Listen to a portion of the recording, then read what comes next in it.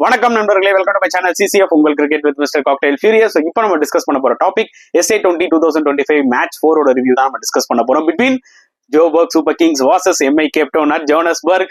So ரெண்டு டீமுமே heavy weight டீமே, கிளாஷ் ஆஃப் டைட்டன்ஸ்னே சொல்லலாமா? ஏன்னா IPL எப்படி நம்ம Chennai super kings versus Mumbai Indians மேட்சை பார்ப்போமோ அந்த ஒரு இன்ட்ரெஸ்ட் தான் இந்த ஒரு பர்டிகுலர் மேட்ச்லயுமே இருக்கு. ஏன்னா ரெண்டு பிரான்ச்சைசிக்கும் அந்த அளவுக்கு வந்து பாத்தீங்கன்னா ஃபேன்ஸும் இருக்காங்க, ரெண்டு பிரான்ச்சைசியும் அந்த அளவுக்கு அச்சீவும் பண்ணிருக்காங்க. ஓகேங்களா?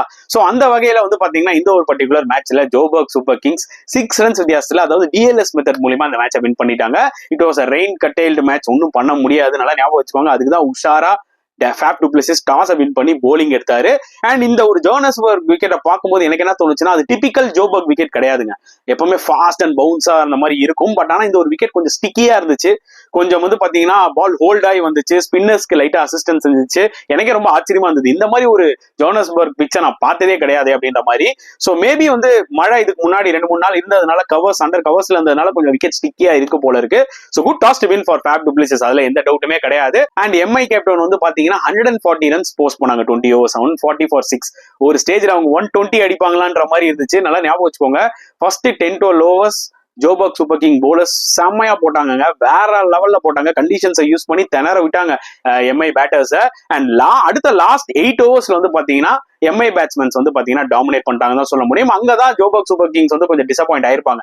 ஏன்னா சூப்பரா பெர்ஃபார்ம் பண்ணிட்டு கடைசி 8-7 ஓவர்ல வந்து பாத்தீங்கன்னா கொஞ்சம் கோட்டை விட்டாங்க. ஸோ டெத் போலிங் ஒரு கன்சர்னாவே தான் ஜோபர்க்கு இருக்கு. லாஸ்ட் 2 years எடுத்துக்கிட்டீங்கன்னா அவங்க டாப் 4 குள்ள வந்துருவாங்க. ஆனா சாம்பியன்ஷிப் அடிக்காத ரீசன் மெயினா என்னன்னு பாத்தீங்கன்னா அந்த ஃபாஸ்ட் போலிங் டிபார்ட்மெண்ட்னு ஒரு விஷயம் இருக்கு. அங்கதான் வந்து பயங்கரமா ஜோபர்க் ஸ்ட்ரகிள் ஆறாங்க, எஸ்பெஷலி டெத்ல. அதேதான் எக்ஸாக்ட்லி இந்த ஒரு மேட்ச்லயும் ஆச்சு. ஈஸியா அவங்க வந்து பாத்தீங்கன்னா MI ஒரு 120-115 ரன்ஸ்க்கு ரெஸ்ட்ரிக்ட் பண்ணிருக்கலாம். இன்ஃபேக்ட் எல்லா போலர்ஸுமே நல்லா போட்டாங்க. பத்திரானா தவிர வந்து பாத்தீங்கன்னா எல்லா போலர்ஸுமே நல்லா போட்டாங்க.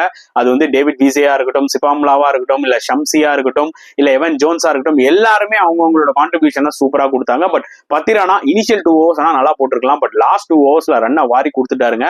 ஸோ இது ஒரு மிகப்பெரிய கன்சர்ன் ஆக்சுவலா ஜோபர்க் சூப்பர் கிங்ஸ். ஏன்னா பத்திரானா வந்து அவரோட ஃபர்ஸ்ட் ஓவரே வந்து 10வது ஓவர் என்னவோ தான் போறாரு. அதுக்கு என்ன ரீசன் நம்மளுக்கு நல்லா தெரியும், is death ஸ்பெஷலிஸ்ட்னு.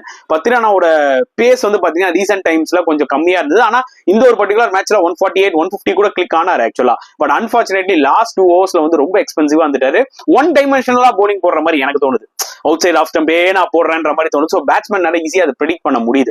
At the same time MI captain வந்து ஒரு ஸ்டேஜ்ல 30 for 4, ஒரு ஸ்டேஜ்ல 75 for 6. they were struggling like something.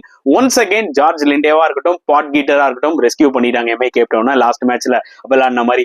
So George லிண்டேவும் பாத்தீங்கன்னா ஒரு யூஸ்ஃபுல் 48 ரன்ஸ் அடிச்சாரு. பிளஸ் பாட் கீட்டர் ஒன்ஸ் அகைன் 22 balls 44, ரொம்ப குரூஷியலுங்க. பத்திரானா லாஸ்ட் ஓவர்லாம் அடிச்சு உரிச்சிட்டாரு அவரு.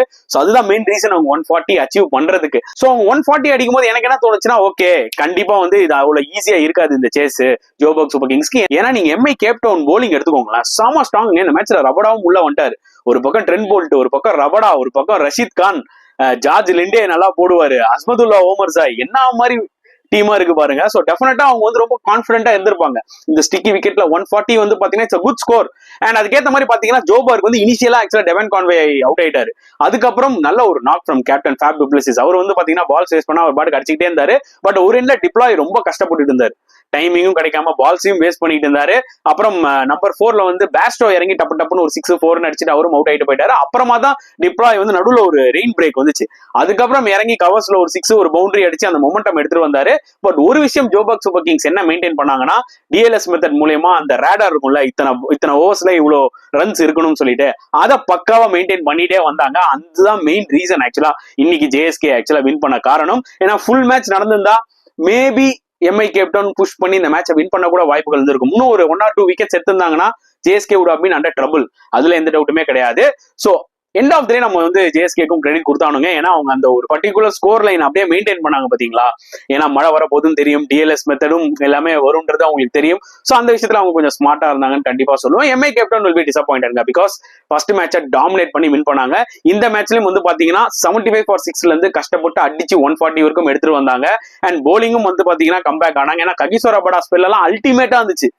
2 விக்கெட் எடுத்தாரு பாருங்க, செம. இனிஷியலா 10 ball விக்கெட் எடுத்தாரு. டெவன் கான்வே இது. ஆனா ரபடாவோட ஸ்பெல்லு பயங்கர த்ரெட்டனிங்கா இருந்துச்சு. எஸ்பெஷலி அந்த ஸ்லோவர் பால்ல பேஸ்டோ அவுட் ஆகுவார் பாத்தீங்களா, அதெல்லாம் வந்து கிளாஸுங்க. ஒரு எக்ஸ்பீரியன்ஸ் போலரு, ஒரு தாறுமாறான போலர்ன்றத ப்ரூவ் பண்ணிருப்பாரு ஆக்சுவலா ரபடா. சோ மேபி ஒரு ஃபுல் 19 ஓவர்ஸ், ஐ மீன் 20 ஓவர்ஸ் இல்ல 19 ஓவர்ஸா குறைச்சாங்க 136 டார்கெட் மழனால. அது ஃபுல்லா நடந்திருந்தா மேபி எம்ஐ கேப்டனுக்கு சான்சஸ் இருந்திருக்கும் வின் பண்ண. அதுல எந்த டவுட்டுமே இல்லை. Because they had lot of match winners.